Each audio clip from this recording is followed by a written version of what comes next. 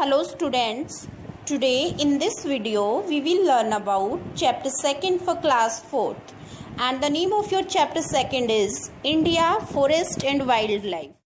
So let's start it from forest and its importance. बेटे जो भूमि का एक बहुत बड़ा हिस्सा पेड़ पौधों झाड़ियों और घास से कवर होता है उस एरिया को हम फॉरेस्ट कहते हैं. Now its importance. बेटे as in human body lungs work as purifiers, same like that trees works as the lungs of the earth. यानी पृथ्वी के लिए lungs का काम करते हैं ट्री एयर को प्योरीफाई करने के लिए. Secondly they prevent soil halogen यानी मृदा के कटाव को रोकते हैं. थर्ड जो ट्रीज होते हैं वो हमें बहुत सी कीमती चीज़ें प्रोवाइड करवाते हैं like wood, rubber, gum, paper, medicinal herbs etcetera. And next है कि जो ट्री होते हैं वो हमें और पशुओं को छाया और भोजन ये सारी चीज़ें प्रोवाइड.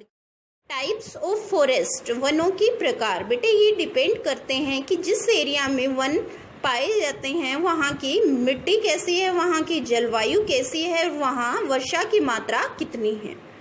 और हमारे देश के विभिन्न हिस्सों में अलग अलग प्रकार के वन पाए जाते हैं like evergreen forest, deciduous forest, thorn forest, tidal forest and mountain forest.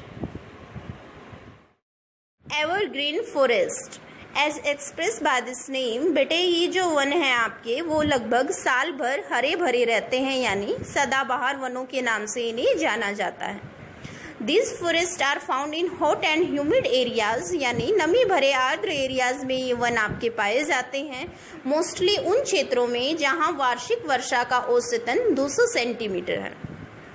इन वनों में पाए जाने वाले वृक्ष सभी वृक्ष एक साथ अपनी पत्तियां नहीं गिराते यानी ऑटम सीजन सभी वृक्षों में एक साथ नहीं आता.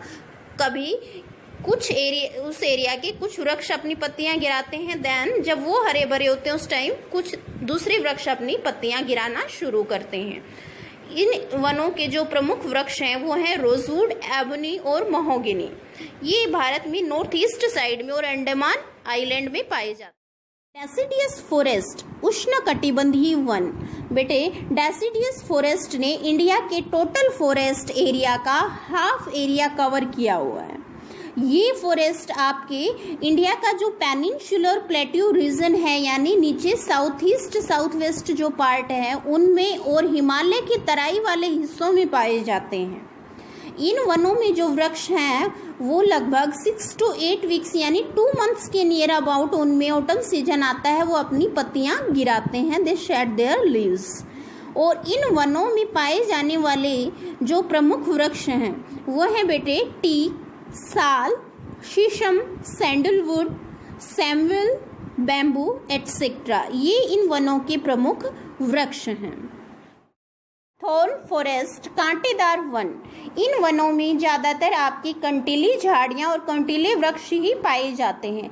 ये वन मोस्टली उन एरियाज में मिलते हैं बेटे जहाँ पर वार्षिक वर्षा का औसतन बहुत कम यानी 50 सेंटीमीटर से भी कम है. इन वनों में जो वृक्ष पाए जाते हैं उनकी टहनियाँ मोटी और कांटेदार होते हैं.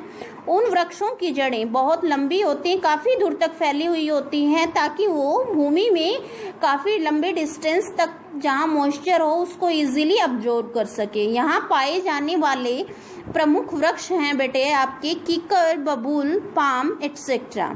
सेकेंडली जो यहाँ वृक्ष पाए जाते हैं उनमें कैक्टस की बहुत सी प्रजातियाँ और झाड़ियाँ मिलेंगी. ये मोस्टली हरियाणा, राजस्थान और गुजरात के हिस्सों.